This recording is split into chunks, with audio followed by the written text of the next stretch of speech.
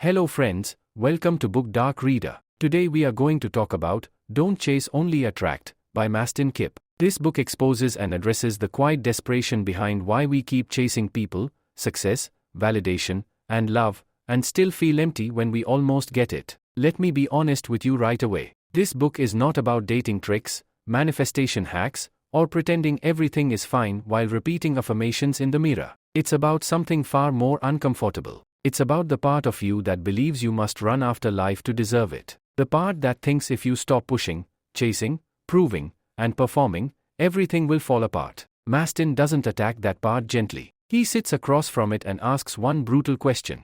Why do you believe you are not enough unless you are chasing something? Most people don't realize how early this habit begins. You are rewarded for effort, praised for achievement, noticed when you perform. Slowly, quietly, your nervous system learns a dangerous equation. Worth equals pursuit. So you chase approval. You chase outcomes. You chase people who give you inconsistent affection. And when something pulls away, you don't pause, you run faster. This book calls that out immediately. It says the problem is not that you are lazy or undisciplined. The problem is that your chasing is driven by fear, not desire. Now you might be thinking, but if I don't chase, nothing will happen. This is where most people fail. They confuse attraction with passivity. Mastin is very clear about this, even if it makes you uncomfortable. Attraction is not sitting still and hoping life magically shows up. Attraction is action without desperation, movement without self-abandonment, effort without the silent belief that you are unlovable if it doesn't work. Here's the part people don't enjoy hearing. When you chase, you are telling the world, and more importantly yourself, that what you want is more important than who you are. Read that again slowly. Every time you over-text, over-explain, overwork, or over-give, you are saying, I will disappear if this makes me chosen. This line might make you uncomfortable. It should, because this is not about romance or money or success. This is about self-betrayal. Mastin keeps returning to one central idea. Attraction begins with emotional self-responsibility. That means you stop making other people, circumstances, or outcomes responsible for how you feel about yourself. And yes, this is where people stop reading. Because taking responsibility sounds empowering in theory, but terrifying in practice. If you are responsible for your inner state, you can no longer blame rejection for your pain. You have to look at why rejection collapses you in the first place. Think about how chasing actually feels in your body. Not the fantasy of winning, but the process. Tight chest, constant thinking, anxiety disguised as excitement. A low-level panic that says, if this doesn't work, something is wrong with me. Mastin doesn't say this is weakness. He says this is conditioning. And the first step out of it is awareness without self-attack. You don't shame yourself for chasing. You observe it. You ask, what am I afraid will happen if I stop?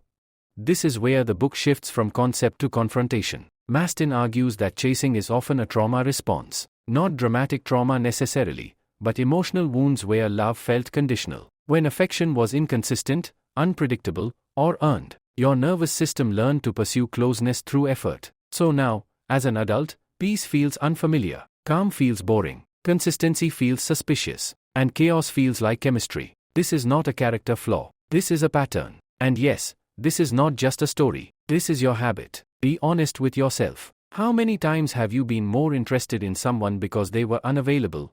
How often do you feel less desire once something becomes stable?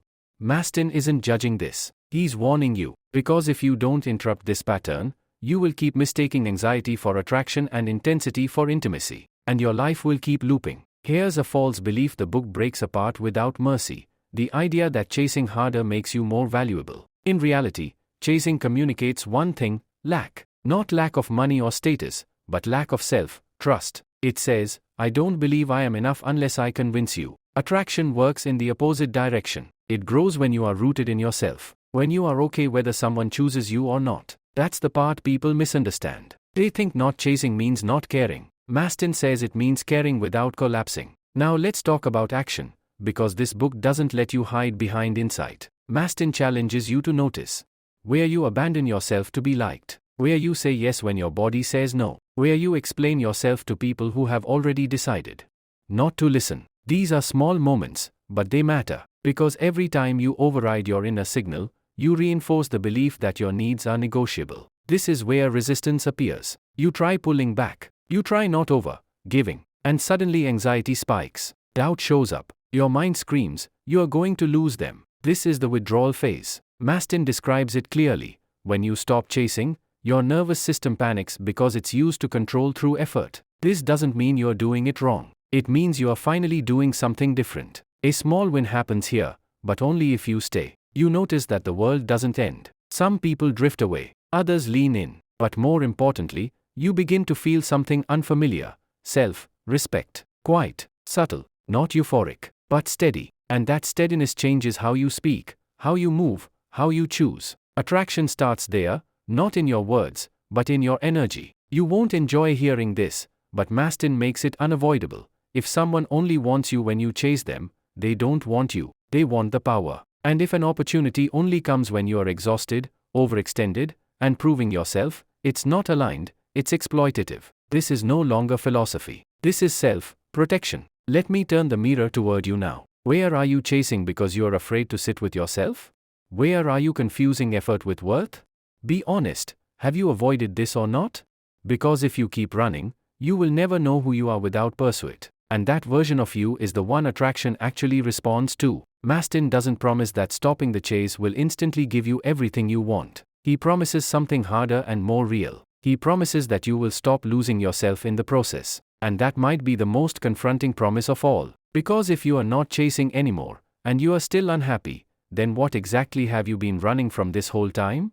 If you stayed with this instead of looking for a shortcut, that already says something about you. Because this next layer is where discomfort sharpens. The idea of not chasing sounds clean until you actually try to live it. Then the silence gets loud. Then the old reflexes start clawing back. Mastin goes straight into that territory and refuses to soften it, because this is where most people secretly return to their old patterns while telling themselves they've changed. Let me be honest with you again. The moment you stop chasing, you don't feel empowered first. You feel exposed. There's a strange emptiness that shows up, like you've taken your hands off the wheel but you don't trust the road. This book names that feeling clearly. It's the moment your identity built around effort begins to crack. When you're no longer busy trying to be chosen, you're forced to face the question you've been avoiding. Who are you when you're not proving anything?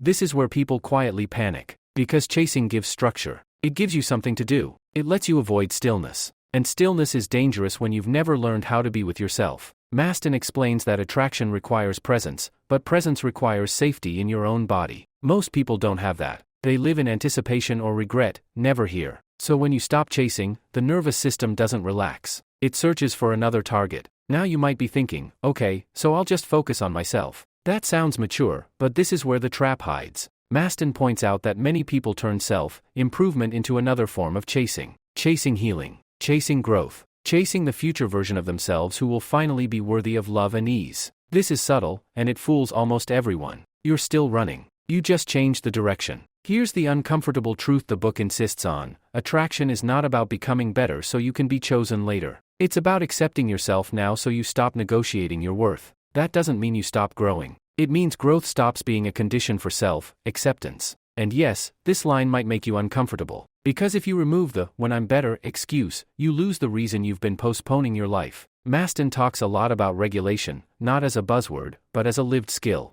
If your inner world is chaotic, you will chase external control. You'll overthink messages. You'll obsess over outcomes. You'll attach quickly and detach painfully. This is not because you care too much. It's because your nervous system doesn't feel safe without certainty. Attraction, on the other hand, grows when you can tolerate uncertainty without self-abandonment. This is where most people fail. They try to appear confident without building inner safety. They tell themselves they're unbothered while their body is in constant alert. Mastin calls this out sharply. He says attraction is not something you perform. It's something you embody. And embodiment can't be faked. Your tone, your timing, your boundaries, all of it reveals whether you're grounded or grasping. Let's slow this down for a moment. Think about the last time you wanted something badly. Not just wanted, needed. Notice how your behavior changed. How you checked for signs. How you interpreted silence as rejection. How you tried to be more interesting, more agreeable, more available. This is not confidence. This is survival mode. And this is not just a story. This is your habit when you feel unsafe inside. Mastin introduces a dangerous idea here,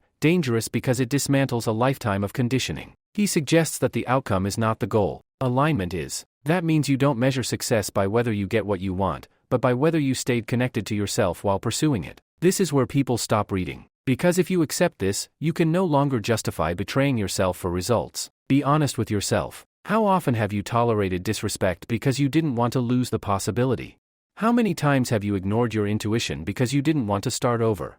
Mastin isn't telling you to walk away dramatically. He's asking you to notice the cost. Because every time you chase past your own boundary, you teach yourself that your needs come last. And attraction cannot grow in a place where self-respect is negotiable. There's a short line in the book that hits harder than it looks: the more you chase, the more you repel. Mastin says this not as a rule, but as a reflection of energy. When you chase, your attention is outward. You are scanning, adjusting, seeking approval. That creates pressure. People feel it, even if they can't explain it. When you attract, your attention is inward. You're responsive, not reactive, and that creates space. You might resist this idea. Many do. They say, but what about effort? What about intention? Mastin doesn't dismiss effort. He reframes it. Effort is clean when it comes from desire. It's toxic when it comes from fear. The same action can feel completely different depending on the source. A message sent from curiosity feels light. A message sent from anxiety feels heavy. And people respond to that difference whether they know it or not. This is where a small correction happens. You begin to pause before acting. Not to manipulate, but to check in. You ask yourself, am I doing this because I want to, or because I'm afraid not to? That question alone starts changing things. You might still act, but the quality shifts. And slowly, the panic loses its grip. Here's a moment Mastin describes that feels almost anticlimactic, but it's crucial. You stop trying to be impressive. You stop performing your value. You let your preferences exist without justification. This doesn't make you cold. It makes you clear. And clarity is attractive because it signals self-trust. But don't romanticize this phase. There will be losses. Some connections fade when you stop over-giving. Some opportunities disappear when you stop overextending. This is not punishment. This is information. It shows you what was sustained by your chasing. And this is where another false belief breaks: the idea that losing something always means failure. Sometimes it means you stopped feeding what was draining you. Now let me turn the mirror again. Are you ready to let go of the version of you that feels needed because they're always available? Are you willing to disappoint others to stop disappointing yourself? Be honest, have you been avoiding this decision because you're afraid of who you'll be without that role? Mastin doesn't rush you through this. He knows the nervous system needs time. He encourages building capacity for discomfort rather than escaping it. Sitting with unanswered messages. Allowing outcomes to unfold without interference. This is not indifference. It's trust. And trust is terrifying when you've lived your life trying to control how things end. A small win appears here, quietly. You notice you're less exhausted, less resentful, less hungry for validation. You're not suddenly fearless, but you're steadier. And that steadiness starts attracting different responses. Not always more attention, but more honest attention. And this is where the real tension begins. Because once you feel this shift, you can't unknow it. You can't go back to chasing without feeling the cost. So the question becomes unavoidable now. If attraction requires you to stay connected to yourself, what parts of your life have been built on you disconnecting instead? If you are still here, something subtle has already changed. Not in your circumstances, but in how you are listening. And that matters, because this part goes deeper into a place most people never consciously enter. The moment when you realize that chasing didn't start with other people. It started with how you learned to relate to yourself. Mastin makes a quiet but dangerous point here. He says that most of us aren't actually chasing love, success, or validation. We are chasing relief. Relief from the feeling that something is wrong with us. Relief from the tension we carry without realizing it. And once you see that, the whole pattern starts to look different. Because if chasing is about relief, then stopping isn't about discipline. It's about learning how to sit with discomfort without needing to fix it immediately. Let me slow this down, because this is where people misunderstand the work. When you don't chase, unresolved emotions surface. Loneliness, insecurity, grief, old shame. The stuff you've been outrunning finally catches up. And this is where people say, this doesn't work. I feel worse. Mastin is very clear here. Feeling worse doesn't mean you're regressing. It means you've stopped numbing yourself with motion. Now you might be thinking, so what am I supposed to do with these feelings? This is where most people go wrong. They try to get rid of them. Mastin argues that attraction grows when you learn to feel without collapsing. When emotions are allowed to move through you instead of hijacking your behavior. This is not emotional suppression. It's emotional capacity. Think about it honestly. When you feel anxious, how quickly do you reach for something external? A message, a distraction, reassurance, productivity. Mastin points out that these aren't random habits. They are regulation strategies. You learned them early. They worked once, but now they keep you stuck. And this is not just a story. This is your habit when things feel uncertain. Here's a line from the book that cuts clean. You cannot attract from a place you are trying to escape. Mastin says this because attraction requires presence, and presence disappears the moment you are trying to run from your inner experience. If you are always managing discomfort, you are never actually here, and people can feel that absence. This is where a false belief breaks apart. The belief that confidence means never feeling fear. Mastin reframes confidence as the ability to stay connected to yourself even when fear is present. That changes everything, because now confidence isn't something you fake or build through success. It's something you practice through tolerance. Be honest with yourself for a moment. How often have you made decisions just to make an uncomfortable feeling go away? How many choices were driven not by desire, but by urgency? This is where the book stops being theoretical and starts interfering with your daily life. Because once you see this, you can't unsee it. Mastin introduces the idea that chasing is often a way to outsource self-soothing. You want someone else to calm your nervous system. You want an outcome to finally make you feel safe. But that safety never lasts, so you chase again. Attraction, on the other hand, begins when you stop asking life to regulate you. When you learn to do that internally, imperfectly, but consistently. This is where resistance shows up hard. Your mind argues, this is too slow, this is pointless, I lose momentum. Mastin doesn't fight these thoughts. He exposes their fear, because speed has been your shield. Slowing down feels like vulnerability, and vulnerability feels dangerous when you've learned that being seen without performance leads to rejection. Here's the part people don't enjoy hearing. If you feel invisible when you are not performing, that pain didn't start now. It started when you learned that being yourself wasn't enough to keep connection. Mastin doesn't dwell on blame. He focuses on repair.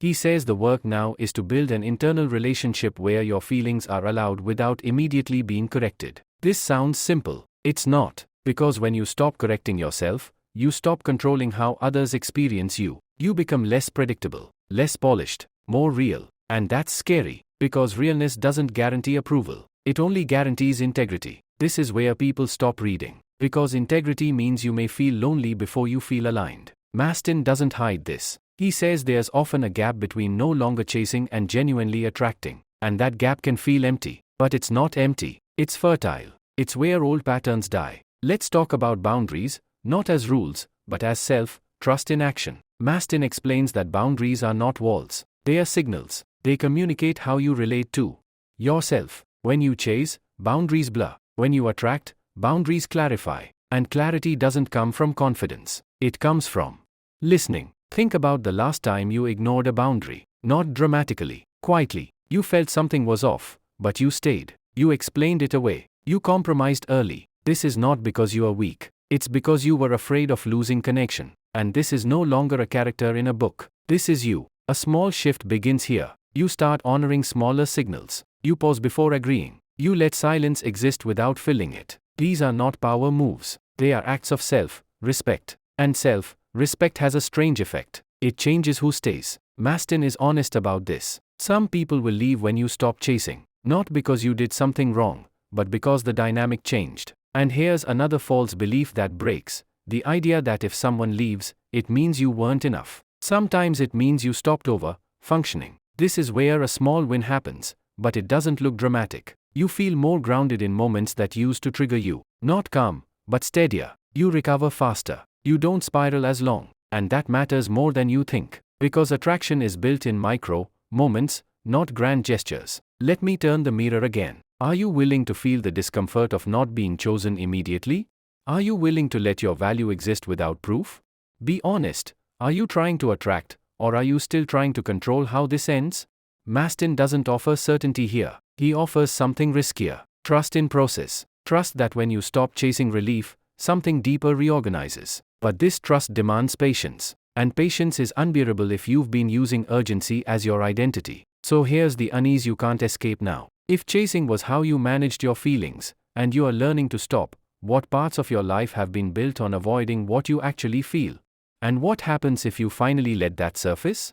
Something strange happens once you stop running from your feelings. They don't disappear, but they also don't control you the way they used to. And this is where Mastin takes the conversation into territory that feels almost too quiet to be powerful. Because now the problem isn't obvious chaos. It's subtle temptation. The temptation to go back to what's familiar just because it's familiar. Let me be honest with you. This stage is more dangerous than the beginning. In the beginning, chasing is obvious. You can see the desperation. You can feel the anxiety. But here, it disguises itself as logic. You tell yourself you're being practical. You tell yourself you're just being realistic. Mastin warns about this clearly. He says the mind will try to repackage fear as wisdom the moment you start changing your pattern. This is where people relapse without realizing it. They stop chasing externally but continue chasing internally. They stop over-texting but keep overthinking. They stop over-giving but keep negotiating with themselves. Attraction can't grow here because you're still not present. You're just quieter about your panic. Now you might be thinking, so what does presence actually mean? Mastin doesn't define it poetically. He defines it practically. Presence is when your attention stays with your experience instead of projecting into outcomes. It's when you're on a date and you're actually listening, not evaluating. It's when you're working and you're engaged, not fantasizing about validation. This sounds simple. It's not, because your mind has been trained to live ahead of the moment. Here's a line from the book that feels almost too plain to be dangerous. What you resist, persists. Mastin isn't being philosophical here. He's pointing out a pattern. The more you try to get rid of a feeling, the more power it has over your behavior. The more you allow it to exist without obeying it, the less it runs your life. Ignore this, and you'll keep chasing in subtler ways forever. This is where a false belief breaks quietly. The belief that emotional control means emotional suppression. Mastin argues the opposite. Control comes from capacity. From being able to feel disappointment without scrambling to fix it. From being able to feel desire without attaching your worth to it. And this capacity changes how you move through the world. Be honest with yourself. How often do you act just to change how you feel in the moment? Not because it's aligned, but because it's relieving. Mastin calls this mood-based decision making. And he's blunt about the cost. Decisions made to escape discomfort rarely lead to attraction. They lead to repetition. This is not just about relationships. The book expands here into work, ambition, and purpose. Chasing promotions. Chasing recognition. Chasing external markers of success while ignoring internal burnout. Mastin makes a sharp point. He says if your drive is fueled by inadequacy, success won't satisfy you. It will only raise the standard you feel pressured to meet next. This line might make you uncomfortable. If you feel empty after achieving something you worked hard for, the problem is not gratitude. It's motivation. Attraction doesn't come from proving your worth. It comes from expressing it. And expression feels lighter than performance. Now resistance shows up again, but differently. You start questioning whether this approach will actually work. Whether attraction is just a nice idea for people who don't want much. Mastin doesn't argue with this fear. He exposes its assumption. That life is something you must force to get your share. That ease is naive.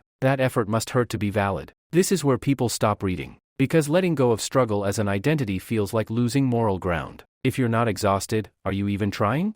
Mastin challenges this directly. He says exhaustion is not evidence of alignment. Sometimes it's evidence of self-abandonment. Let's bring this back to your real life. Think about where you feel the most drained. Not challenged, but depleted. That place where you give more than you receive. Where you explain yourself more than you're understood. This is not just a circumstance. It's a pattern. And patterns persist until they're interrupted. Mastin introduces the idea of choice points. Small moments where you can act from fear or from alignment. You don't need to overhaul your life. You need to notice these moments. When you feel the urge to chase, pause. Not forever. Just long enough to ask one question. If I don't do this, what am I afraid will happen? This question creates space. And space is where attraction begins. Because space allows truth to surface. Sometimes the truth is that you genuinely want to act. Sometimes the truth is that you're afraid of being forgotten. These truths feel similar in urgency. But they're worlds apart in consequence. A small correction happens here. You start acting less. But when you do act, it's cleaner. Less justification. Less attachment. And something unexpected happens. You feel more powerful, not because you control outcomes, but because you are not controlled by them. Mastin is clear that this doesn't make you immune to disappointment. You still want things. You still feel loss. The difference is that disappointment no longer collapses your sense of self. It hurts, but it doesn't define you. And this resilience is deeply attractive, even if no one ever names it. Now let me turn the mirror again. Are you willing to let things unfold without forcing a narrative? Are you willing to risk boredom, silence, and uncertainty to find out who you are without constant pursuit? Be honest. Are you chasing outcomes, or are you avoiding stillness? This part ends with a quiet but unsettling realization. If attraction grows when you stop escaping yourself, then the real work isn't about getting what you want. It's about staying present when you don't. And if you are not ready for that, you might still be chasing, just in ways that are harder to see. By now, something else starts to surface, and it's quieter than fear. It's grief. Not the dramatic kind, but the slow realization that a lot of your effort was never about building a future. It was about protecting an old wound. Mastin doesn't rush past this. He knows that once you stop chasing, you begin to see how much energy went into holding yourself together instead of actually living. Let me be honest with you. This is the part where people feel tired in a new way. Not burned out from doing too much, but worn down from seeing too clearly. You start recognizing patterns you can't unsee. The people you overgave to. The goals you pursued because they looked respectable, not because they felt true. The relationships where your presence was conditional on your performance. This awareness doesn't feel empowering at first. It feels heavy. Now you might be thinking, so was all that effort wasted?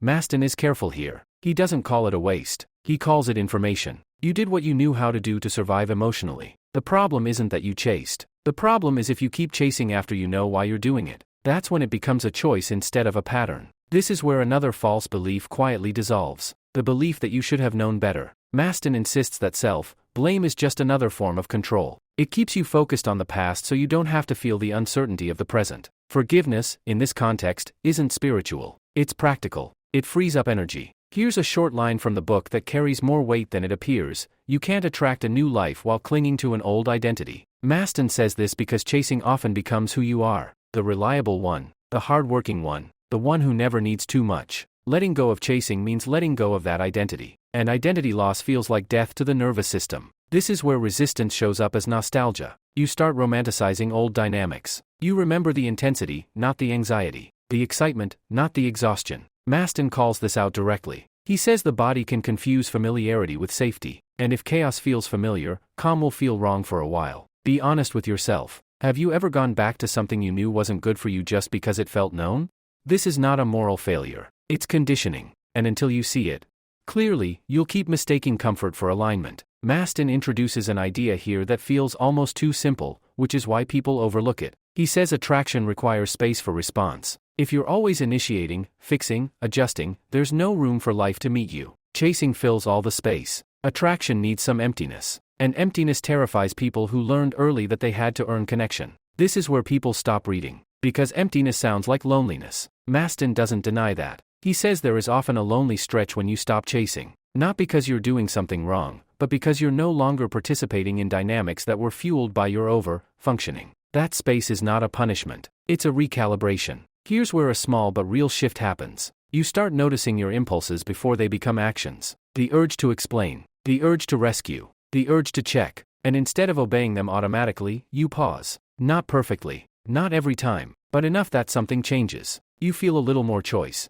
And choice is freedom in its earliest form. Mastin emphasizes that attraction is not about being desirable. It's about being available to your own experience. When you're present with yourself, you show up differently. You listen instead of waiting to be chosen. You respond instead of performing. And people sense that groundedness, even if they can't articulate it. This is not about becoming detached or indifferent. Mastin makes that clear. You still care. You still want. The difference is that your wanting doesn't own you. You don't contort yourself around it. And this changes the emotional tone of everything you touch. Let's talk about effort again, because this is where confusion creeps in. Mastin doesn't tell you to stop trying. He tells you to stop forcing. Effort aligned with your values feels steady. Effort driven by fear feels frantic. The same amount of work can feel completely different depending on the source. And your body knows the difference before your mind does. Think about the last time you pushed through something that felt wrong. You probably told yourself it was discipline. Mastin asks a harder question. Was it discipline, or was it self-abandonment dressed up as virtue?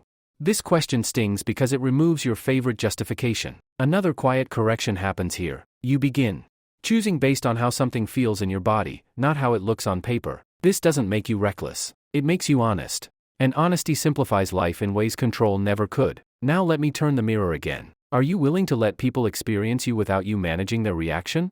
Are you willing to be misunderstood rather than over-explained? Be honest, how much of your energy goes into making sure others are comfortable with you?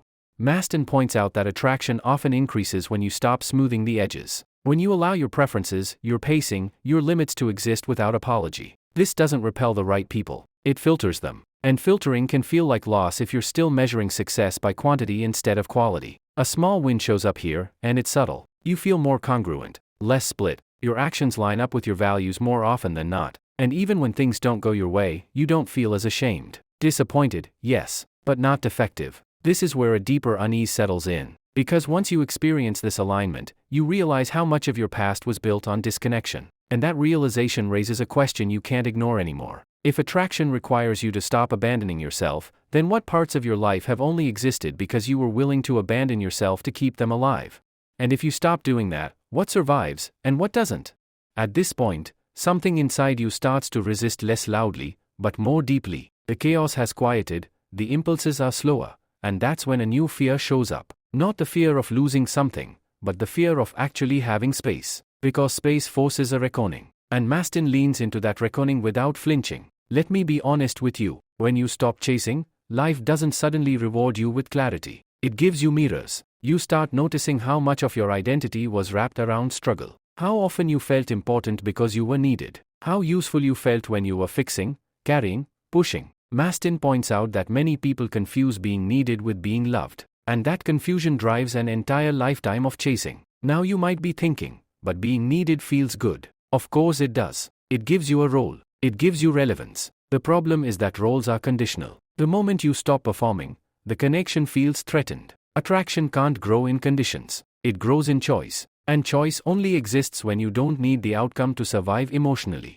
This is where a painful clarity sets in. You begin to see that some of your relationships, goals, even dreams were built around avoiding abandonment, not creating joy, avoiding loss. Mastin doesn't shame this. He names it, because naming breaks the spell. Once you see fear driving the engine, you can't pretend it's passion anymore. Here's a short line from the book that lands quietly but doesn't let go. When you stop chasing, you discover what was chasing you. What he means is this: when you slow down, unprocessed feelings surface. Old anger, old sadness, old longing. Chasing kept them at bay. Stillness invites them back. And this is where people panic and run again. This is where people stop reading. Because the promise of attraction doesn't feel worth the discomfort of facing what's been buried. But Mastin is clear. If you don't let these emotions move through you, they will keep directing your life from the background. You won't feel controlled. You'll feel compelled. And compulsion always masquerades as desire. Be honest with yourself for a moment. How often have you said, "I want this," when what you really meant was, "I don't want to feel this"?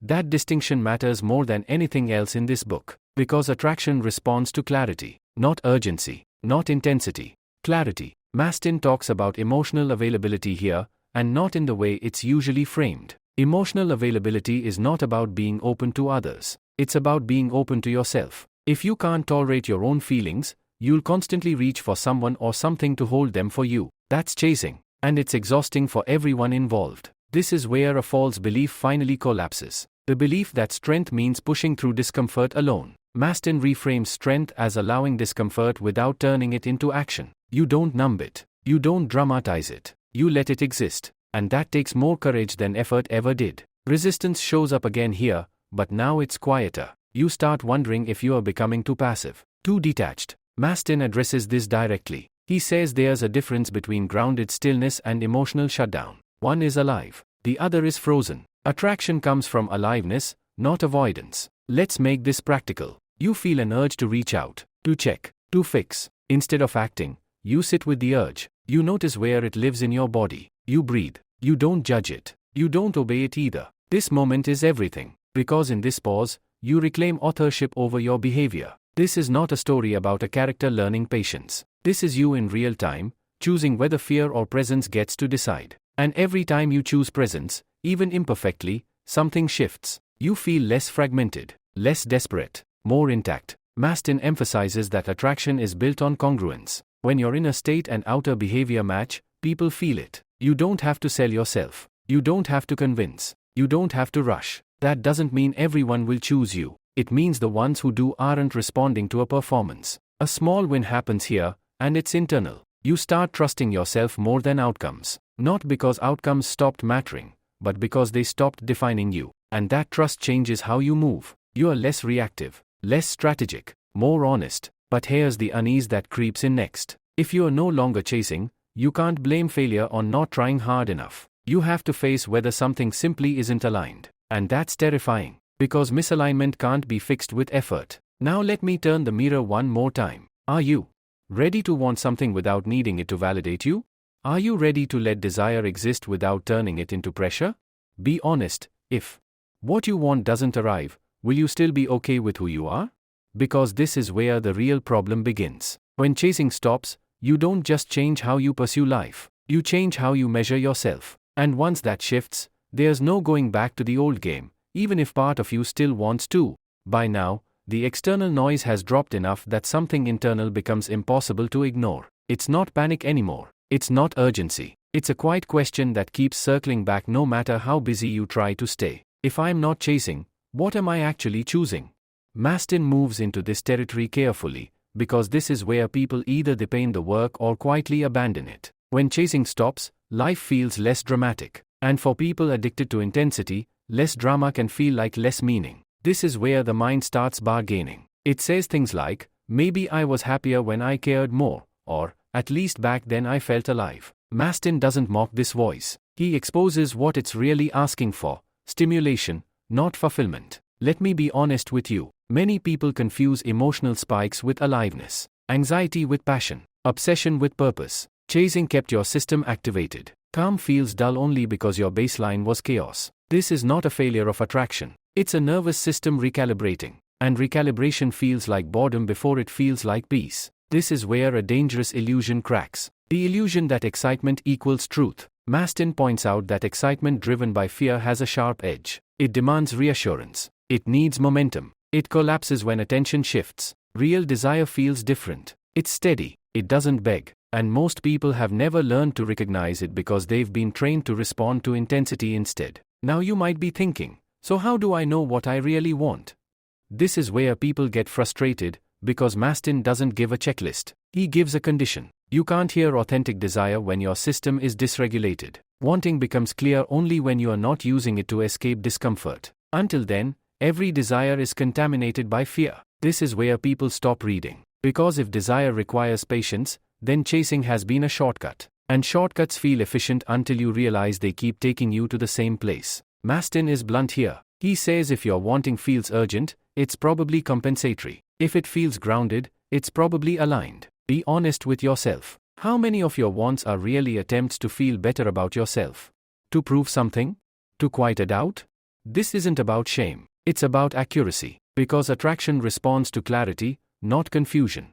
Dressed up as ambition. Mastin introduces a subtle but powerful shift here. He talks about choosing from fullness instead of lack. When you are chasing, every choice feels like a grab. When you are grounded, choices feel like expressions. This doesn't mean you stop wanting more. It means more is no longer a solution to an internal problem. This is where resistance appears again, but now it sounds sophisticated. You start questioning whether this approach limits your potential, whether you are settling, whether you are lowering your standards. Mastin dismantles this fear quietly. He says settling is staying where you abandon yourself. Alignment may look smaller on the outside, but it's larger on the inside. And inside is where your life actually happens. Let's bring this into something real. Think about a decision you've been postponing. Not because you don't know what to do, but because you're afraid of what choosing will cost. Chasing keeps you suspended. Choosing ends the fantasy. Mastin points out that many people prefer longing to commitment because longing keeps possibility alive without requiring responsibility. This is not just a story. This is your habit if you stay undecided longer than necessary. If you keep one foot out, just in case. Attraction doesn't grow in limbo. It grows in presence. And presence requires choosing even when you don't have guarantees. Here's a short line from the book that feels almost confrontational. Indecision is a decision to stay comfortable. Mastin says this because comfort can hide in uncertainty. As long as nothing is chosen, nothing is lost. But nothing is built either. Attraction isn't about keeping doors open. It's about walking through the right one fully. This is where a small but important correction happens. You start noticing when you are delaying out of fear instead of discernment. You feel the difference in your body. Discernment is calm. Fear is agitated. They can sound similar in your head, but they feel different in your chest. And once you notice that difference, you can't notice it. Mastin also addresses something people rarely admit. When you stop chasing, you may outgrow environments that thrived on your over-functioning. Workplaces, friendships, family roles. This doesn't mean you become selfish. It means you stop organizing your life around being indispensable. And that shift can trigger guilt. This is where people relapse. They go back to giving to restore their sense of value. Mastin is clear about this. If your worth depends on being needed, you'll sabotage your own growth to stay relevant. Attraction can't coexist with that kind of self-erasure. Let me turn the mirror toward you again. Who are you when you are not fixing, rescuing, or holding everything together? Does that version of you feel empty, or just unfamiliar? Be honest, because unfamiliar often gets mistaken for wrong. A small win shows up here, and it's not flashy. You start choosing what feels true even if it's quieter, even if fewer people applaud it. And something surprising happens. Your energy stabilizes. You don't swing as wildly between hope and disappointment. And that steadiness becomes a foundation. Mastin doesn't promise that this makes life easy. He promises it makes life honest. You may lose some options. You may disappoint people. You may confront the reality that some dreams were never yours to begin with. But you gain something that chasing never gave you: self-trust. And self-trust changes the game entirely. Because when you trust yourself, rejection hurts less, failure teaches faster, and desire becomes cleaner. You no longer need to chase what aligns with you. You recognize it. But here's the unease that won't let you relax yet. If you are choosing from alignment instead of fear, you can no longer blame circumstances for where you end up. And that raises a question you might not be ready to answer. If you stopped chasing today and chose only what felt true, how much of your current life would remain? And what would you have to let go of to find out? If you are still here, the tone has shifted for a reason. This is no longer about learning a concept. It's about standing at the edge of a different way of living and realizing there's no applause waiting for you there. Mastin moves the work into its end phase quietly, because the final transformation doesn't come with fireworks. It comes with responsibility. Let me be honest with you. By this stage, most people don't feel inspired. They feel exposed. Because once you stop chasing, you can no longer hide behind effort, trauma, or timing. You start seeing your life as it actually is, not as a future promise you are working toward. And that clarity is unsettling. This is where the biggest misunderstanding collapses. The idea that attraction will suddenly make life easy. Mastin never promises that. He says something much more confronting. Attraction makes life simpler, not easier. Simpler because you stop fighting yourself. Harder because you stop lying to yourself. Now you might be thinking, but if I'm not chasing, shouldn't things feel lighter by now? Sometimes they do, sometimes they don't. Mastin explains why. When chasing ends, compensation ends. You are no longer numbing dissatisfaction with effort. So dissatisfaction becomes visible. Not because something is wrong, but because it was always there. This is where people stop reading. Because they wanted a reward, not a reckoning. They wanted peace without honesty. Mastin doesn't offer that deal. He says if you want alignment, you must be willing to see what isn't aligned without immediately trying to fix it. Here's a line from the book that lands differently now than it would have earlier. Your life reflects the relationship you have with yourself. Early on, that sounds motivational. Here, it feels accusatory. Because by now, you can see it. The places you feel stuck mirror the places you don't trust yourself. The areas you keep forcing mirror the areas you don't listen. Be honest with yourself. Where are you still pushing because you don't believe slowing down will protect you? Where are you still overcommitting because saying no feels like abandonment? This is no longer theory. This is inventory. Mastin talks about ownership in this phase, and not in a hustle sense. Ownership of patterns. Ownership of choices. Ownership of staying when you should have left, and leaving when you should have stayed. This is uncomfortable because it removes the villain. There's no one left to blame. This is where a deep resistance shows up. Not panic. Not urgency. Resentment. You might feel angry that no one taught you this earlier. Angry that you gave so much of yourself away. Mastin doesn't tell you to bypass that anger. He says feel it fully, but don't let it turn into identity. Victimhood is just another way to avoid choice. This is not just a story. This is you if you stay stuck in, they did this to me, instead of, I will not do this to myself again. A quiet correction happens here. You stop asking, how do I attract more, and start asking, what am I available for?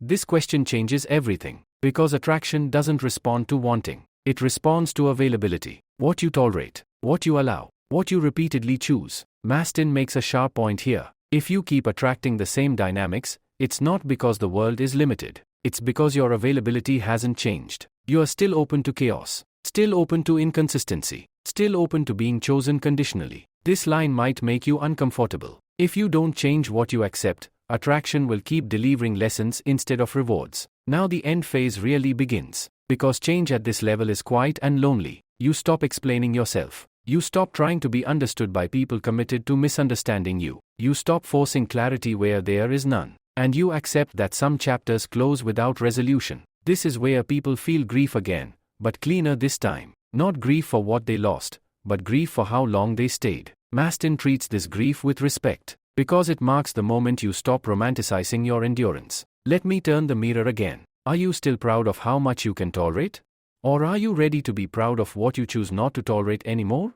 A small but decisive win happens here. You begin to feel integrity in your body. Less tension, less internal arguing. Your yes feels like a yes. Your no feels like a no. And even when life is uncertain, you are no longer split inside. Mastin emphasizes that attraction at this stage doesn't look like abundance pouring in. It looks like alignment stabilizing. Fewer options, cleaner ones, fewer relationships, more honest ones, less chaos, more responsibility. And responsibility is the final test, because if your life becomes a reflection of your standards, you can no longer blame fate for where you end up. This is where the unease settles in deeply and doesn't leave. Because now, the question isn't how to attract what you want. The question is this: if your life starts reflecting your true standards instead of your fears, are you ready to live with what that reveals about you?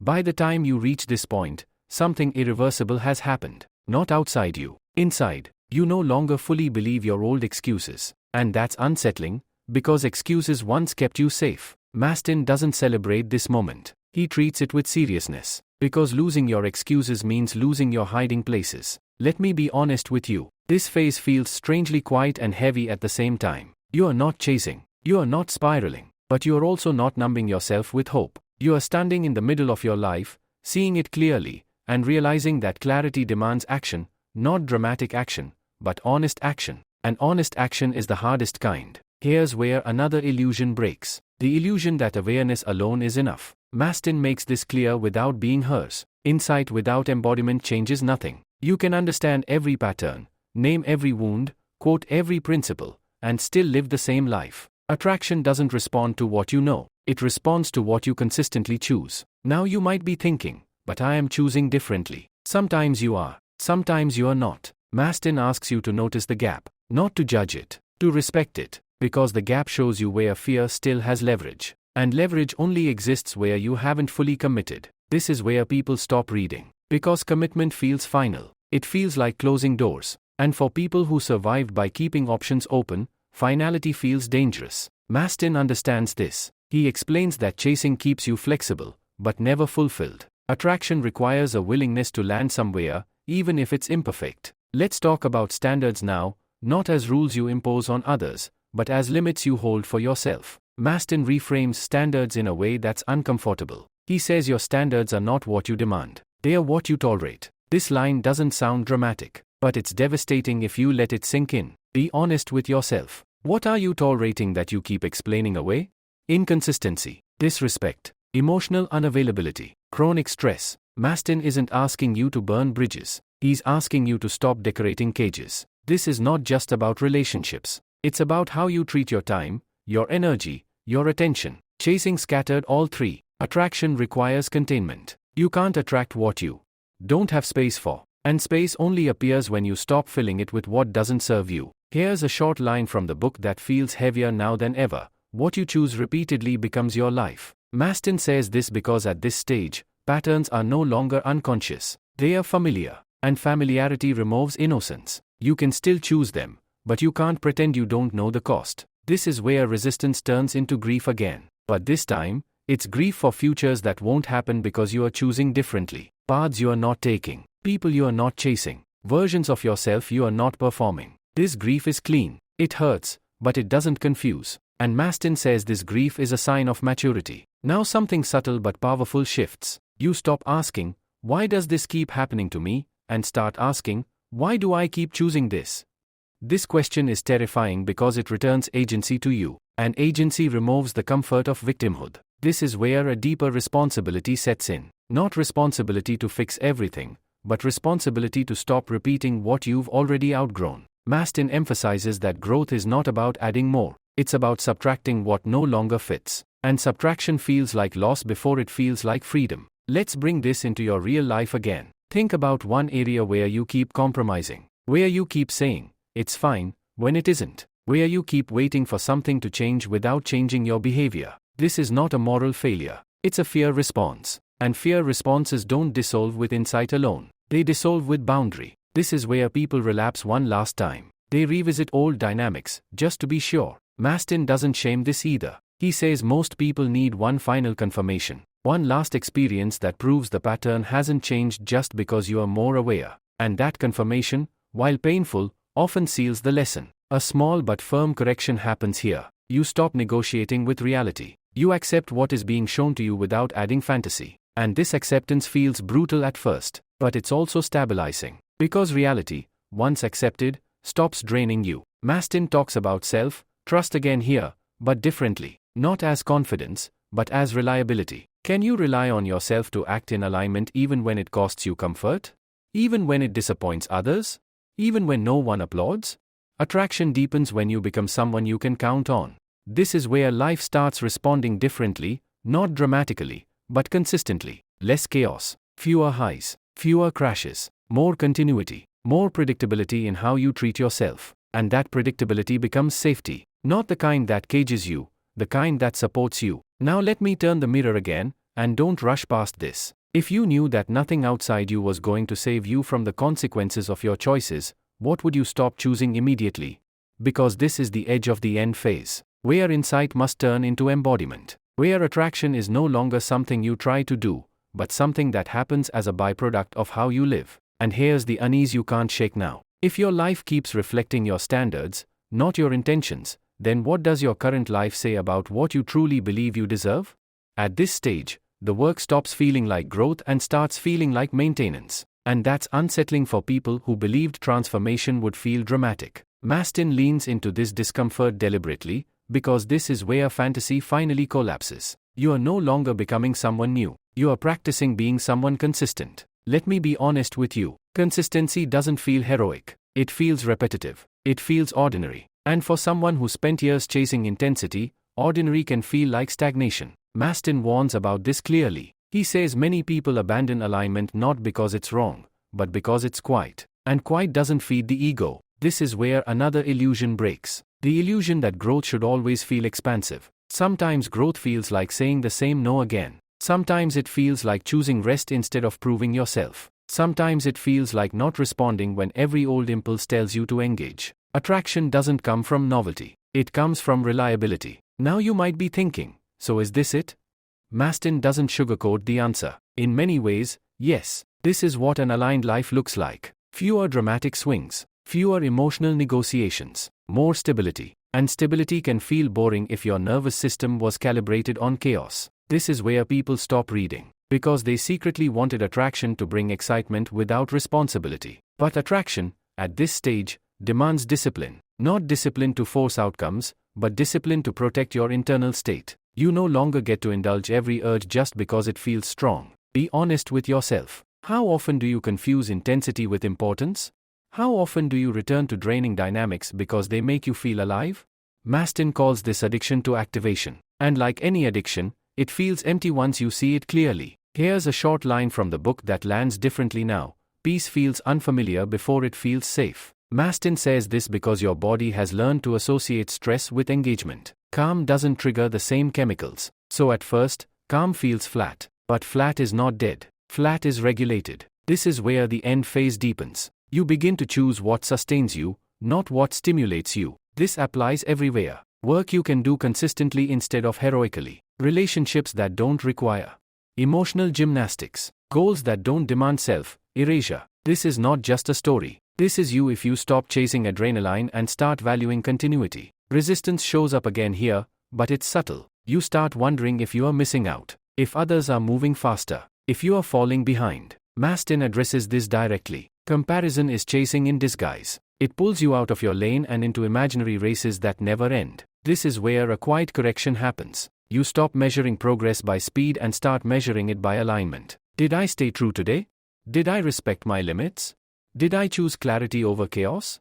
These questions don't inflate the ego, but they stabilize the self. Mastin also points out something most people overlook. When you stop chasing, your tolerance for dysfunction drops sharply. Things you once endured start feeling unbearable. This doesn't mean you've become fragile. It means your baseline has changed. And that change requires courage, because it often leads to separation. Let me turn the mirror again. Are you still staying in places that require you to shrink just to belong?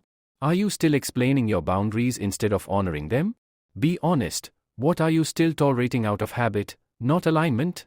A small but significant win appears here. You feel less reactive, less pulled by every opportunity. You don't say yes just because you can. And this restraint creates a strange sense of power. Not power over others, power over yourself. Mastin emphasizes that attraction in this phase doesn't show up as more. It shows up as cleaner. Cleaner commitments, cleaner conversations, cleaner endings. You don't drag things out hoping they'll transform. You accept what they are and act accordingly. This is where the last temptation appears. The temptation to test yourself. To go back to old patterns just to prove you've outgrown them. Mastin warns against this. You don't need to enter fire to confirm you no longer burn. Growth doesn't need witnesses. And here's the unease that settles deeper now. If your life becomes quieter, simpler, and more honest, will you be okay without the identity you built around struggle?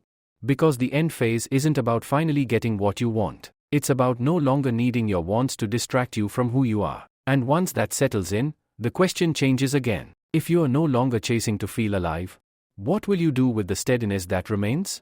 By now, the chasing urge doesn't disappear, but it no longer runs the show. It shows up like an old habit knocking on a door you don't open automatically anymore. And this is where Mastin brings the work into its most honest phase. Not dramatic healing, not constant breakthroughs, but daily integrity. And daily integrity is confronting because it removes the last illusion that someday this will feel finished. Let me be honest with you. There is no finish line where you graduate from self-awareness and never struggle again. Mastin is clear about this, even if it disappoints people. The goal was never to eliminate desire, fear, or uncertainty. The goal was to stop letting them drive your behavior. And that means this work becomes something you live, not something you complete. This is where people quietly hope for a reward. Something external to confirm they've done it right. A relationship that finally feels effortless. A career that suddenly flows. Sometimes those things happen. Sometimes they don't. Mastin makes a difficult point here. Alignment is not a guarantee of outcome. It's a guarantee of self-respect. And self-respect doesn't always look glamorous.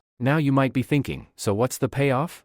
This is where the answer gets uncomfortable. The payoff is that you stop negotiating your worth with the world. You stop needing constant reassurance that you matter. And that changes the texture of your life in ways that are subtle but profound. This is where another false belief dissolves. The belief that attraction means being wanted. Mastin reframes attraction as being at ease with yourself whether you are wanted or not. That doesn't make rejection painless. It makes it survivable without self-collapse. And that difference is everything. Here's a short line from the book that feels almost too calm for how disruptive it is. You are allowed to choose yourself. Not once. Not dramatically. Repeatedly. Mastin says this because most people think choice is selfish. In reality, it's stabilizing. When you choose yourself consistently, your life stops swinging wildly based on external feedback. Be honest with yourself. How often do you abandon your needs to maintain harmony?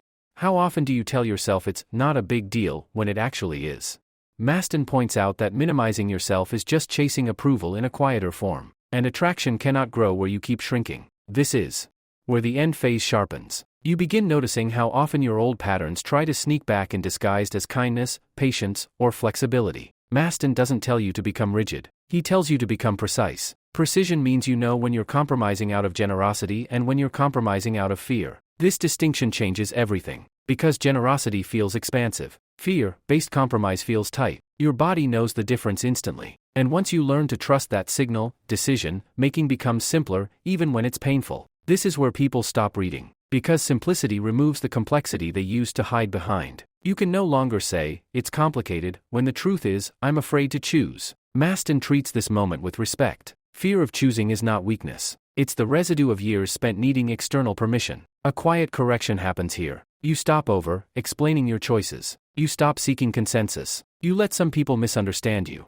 Not because you don't care, but because clarity matters more than being liked. And that shift feels lonely at first. This is not just a story. This is you if you stop justifying your boundaries and start living them. Mastin also addresses something most people avoid talking about. When you stop chasing, you may realize that some of your goals were never aligned with who you are now. They were aligned with who you needed to be to feel worthy then. Letting go of those goals can feel like failure. Mastin reframes it as evolution. This is where grief shows up one last time. Grief for paths not taken. For versions of yourself you won't become. For validation you no longer seek. This grief is quieter than before, but deeper. And Mastin says something important here. If you don't grieve what you're releasing, you'll keep reaching for it unconsciously. So you let yourself feel it. Without drama. Without judgment. You acknowledge that some dreams were survival strategies. And you thank them for getting you this far. Then you let them go. A small but meaningful win appears here. You feel more at home in your own decisions. Even when they're hard. even when they disappoint others. You don't spiral as much afterward.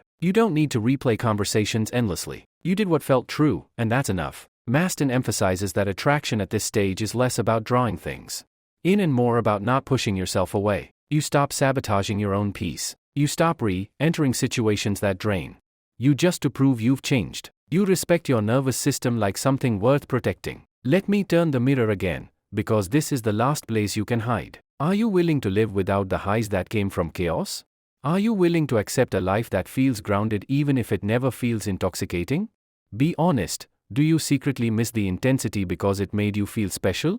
This is the edge of the end phase, where you are no longer asking how to attract. You are asking how to remain aligned when no one is watching, when no one is validating, when the old patterns whisper that you could get more if you just tried harder. And here's the truth that doesn't let you rest yet. If your life becomes a reflection of your inner stability instead of your inner conflict, are you prepared for how ordinary, quiet, and self-directed it might feel? Because in that quiet, the final choice waits. And once you make it, there is no dramatic return to who you used to be. By the time you arrive here, the question is no longer whether you understand the book. The question is whether you are willing to live it when no one is rewarding you for it. Because this final stretch isn't about insight. It's about permanence. And permanence is intimidating when your old life was built on motion. Let me be honest with you. This is the point where many people quietly step away. Not because they disagree, but because they realize what's being asked. Mastin brings the work to its simplest and most unforgiving truth. Attraction is not something you turn on when you want something. It's who you become when you stop negotiating with yourself. There's no more dramatic healing here. No more reframes to cling to. Just repetition. Choosing alignment again and again. On days when it feels good, and on days when it feels pointless. Mastin is very clear. This work doesn't end because life doesn't stop presenting moments where you can abandon yourself for comfort. Now you might be thinking, so this is just discipline forever? That's the wrong frame. Mastin reframes it one last time. It's not discipline. It's devotion. Devotion to your inner signal. Devotion to honesty over approval. Devotion to responding instead of reacting. Discipline feels forced. Devotion feels chosen. This is where the final false belief dissolves. The belief that you'll feel ready one day. That someday you'll be healed enough, confident enough, secure enough to stop old patterns for good. Mastin dismantles this gently but firmly. Readiness is a myth. You don't stop chasing because you are ready. You stop because you are willing to feel what chasing was helping you avoid. Here's a short line from the book that lands like a quiet verdict. You don't attract what you want. You attract what you are available for. At this stage, there's nowhere to argue with that. Because you've seen it play out. When you were available for chaos, chaos found you. When you were available for inconsistency, it arrived reliably. And when you slowly withdrew that availability, things changed. Be honest with yourself. What are you still available for out of habit, not desire? What dynamics would disappear from your life if you truly closed the door instead of standing halfway in?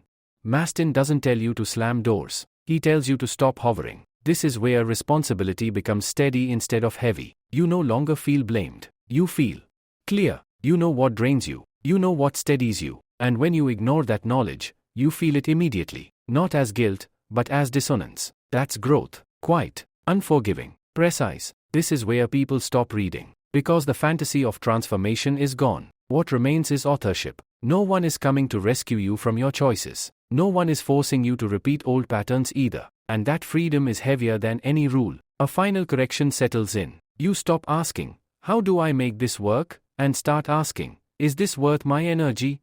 This single shift filters everything. Relationships, work, goals, conversations. You don't need dramatic boundaries anymore. Your nervous system does the filtering for you. This is not just a story. This is you if you stop romanticizing your tolerance and start honoring your limits. Mastin closes this phase not with encouragement, but with trust. Trust that if you've come this far, you can feel discomfort without panicking. You can disappoint others without abandoning yourself. You can want without chasing. And you can walk away without needing closure. A quiet win becomes permanent here. You feel less fragmented, less pulled, less hungry. You are not numb. You are grounded. And grounded people don't chase because they are already here. But here's the truth that doesn't give you relief. It gives you responsibility. If attraction is no longer something you try to do, but something that happens when you live in alignment, then every time you feel stuck from now on, you'll know exactly where to look. Not at fate, not at timing, not at other people. At the moment you chose comfort over truth.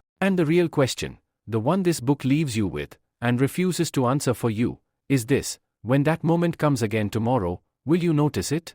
And if you do, will you choose differently, even when no one is watching?